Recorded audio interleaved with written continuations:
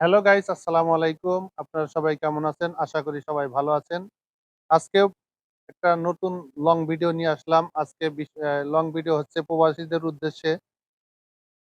ভিডিওটি যদি ভালো লাগে অবশ্যই ভিডিওটি আপনারা শেষ পর্যন্ত দেখতে হবে। প্রবাসী হলো খেজুর গাছের মতো, আদর পায় না, যত্ন পায় না, কেউ পানি দেয় না, সার দেয় না। গোড়ায় কেউ মাটি দেয় না। আরো বলে নিজের পায়ের তলার মাটি নিজে শক্ত করো। অযত্নে অবহেলায় বেড়ে ওঠেও। বেড়ে ওঠার পর কিন্তু তার কাছে প্রত্যাশা অনেক।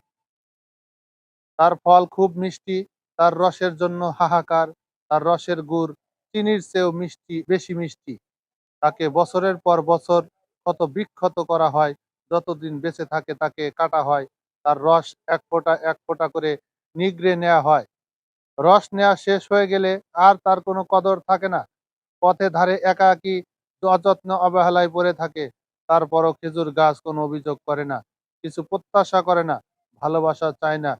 শুধু ফল দিয়ে যায়, রস দিয়ে যায় আর মাথা উঁচু করে বেঁচে থাকে নিঃস্বার্থভাবে। ধন্যবাদ সবাইকে।